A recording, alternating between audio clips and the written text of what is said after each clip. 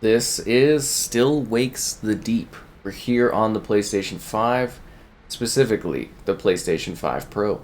Be sure to like the video, subscribing is great as well. So this is an immersive, narrative-driven experience where you are working on an oil rig and things don't go well. It's an offshore oil rig. You are dealing with a storm that is brewing, problems that are happening, and there's some other little surprises that will reveal themselves over the course of the story that is set in 1970s Scotland. It's an evolution over the story, with a focus on narrative and all kinds of different ways that you interact with the game, from the visual experience to audio to writing, from the award-winning studio The Chinese Room. No, seriously, they do good stuff. Star-studded cast of voice actors, haunting soundtrack, and a unique horror atmosphere. So the game starts off simple, like here, and I think that was a great way to kind of showcase it as far as doing a video and doing a review of this, for those that haven't played it, because it just seems like a normal day, until it isn't. So this one really has a creepy sense of atmosphere. I do think it's a game that anyone can play. There are like two difficulty setups. One is just regular, and then one is sort of a story mode, but the game, even in the regular difficulty, basically kind of plays it's like it's light interactions, light doing things. It's not overly challenging, and it is more about the immersion and the storytelling than it is doing anything else in this game, and that's what makes it kind of intriguing, is going across this really tight, tense oil rig situation and trying to survive, I guess you would say. I think we gotta go around the other side here. So this game, it seems pretty simple because we're not really at the part where things start to go crazy.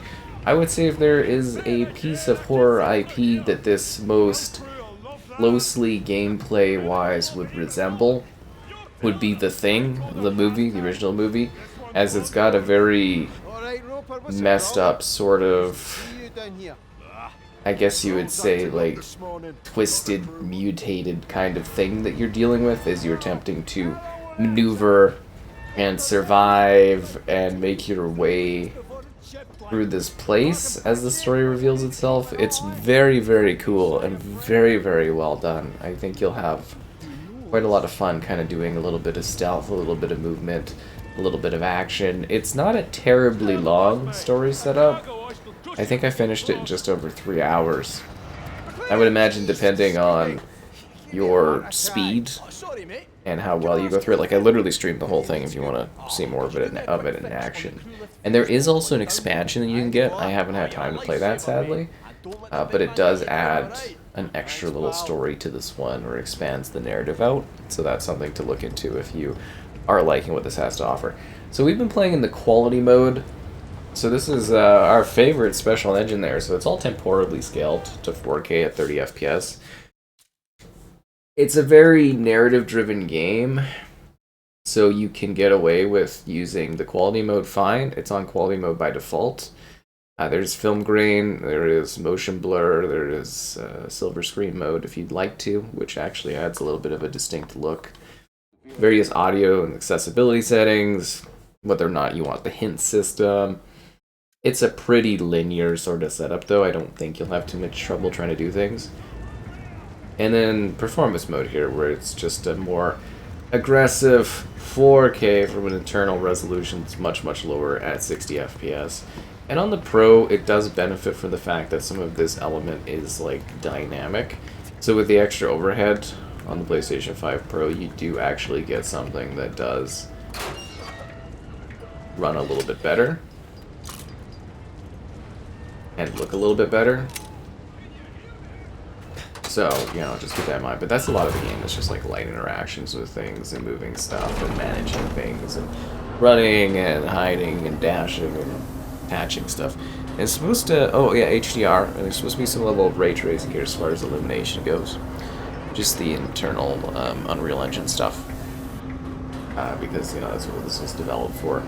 And everything is temporal and stuff, but it does actually look relatively clear. Like, I don't think visually you'll have a problem using either game mode as far as clarity level. It's just, I think performance mode feels better. I know there's quite a difference in terms of visual fidelity. But, yeah, I think just the fluidity level kind of just feels a little bit better when you're moving through the game and stuff. But with it being so cinematic driven, I don't know if you're gonna really have a whole lot of problem with that. Hello there. So glad you could join me, and sorry to have got you out of bed. Shut the door and... Yeah, and this guy gives you a chewing out and everything. Aye. Happy New Year to you too, yeah. Yep. No one's happy with anyone. Well, looks like it's time for us to leave this oil rig behind. I sure hope no sort of situation happens that might prevent me from getting a sweet, quick escape off this place. It's time to head back home. Oh, and there's some emotional issues with your home life and stuff like that, too. You gotta, there's like stuff you read in the environment and things, or things you interact with that kind of piece together a little bit of the problems your character's having. Or even like the opening sort of thing kind of gives you context on that, too.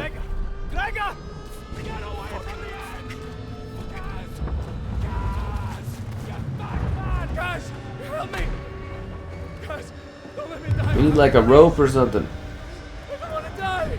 I don't want to die. Well, how am I supposed to get you, man? Oh, he's dead. Fuck. Fuck. Well, there I go too.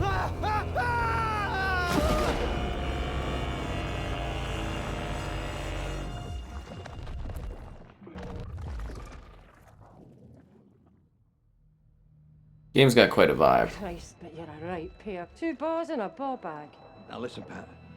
I promise I'll take care of him. I had a word with our Kieran, you remember him? He knows Billy Chamberlain from way back. Owes me a favour. Reckons he can sweeten Billy up a bit. Come on. Have I ever let you down? Right, you lost the cake at the wedding. Now then, that wasn't my fault. You left it on a bench at Argyle Street. Aye, you were that bloated you didn't even remember baking the... My children, that was before the light of the Lord came to me. Here we fucking go. And you, Mr. McCleary, you can fuss and cuss all you like. But perhaps if you went to the Saracens... Alright, we're just gonna go into the action here.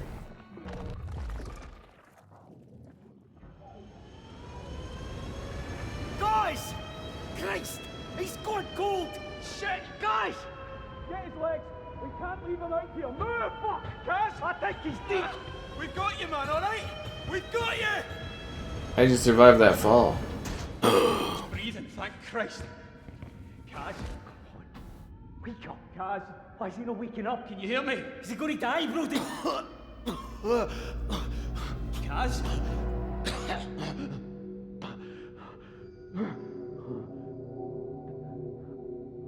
And this is when the really freaky stuff starts happening. No, this really is, I think, a great game in terms of being a fun, short, but sweet story thing if you like horror. It's not necessarily mind-blowing, but it gives you a good sense of tension, there's a good sense of adventure, it's tight, it's well-paced. I need your help here! It's a good time. I think you'll have fun atmospherically figuring out what exactly... I'm pressing the button. There we go.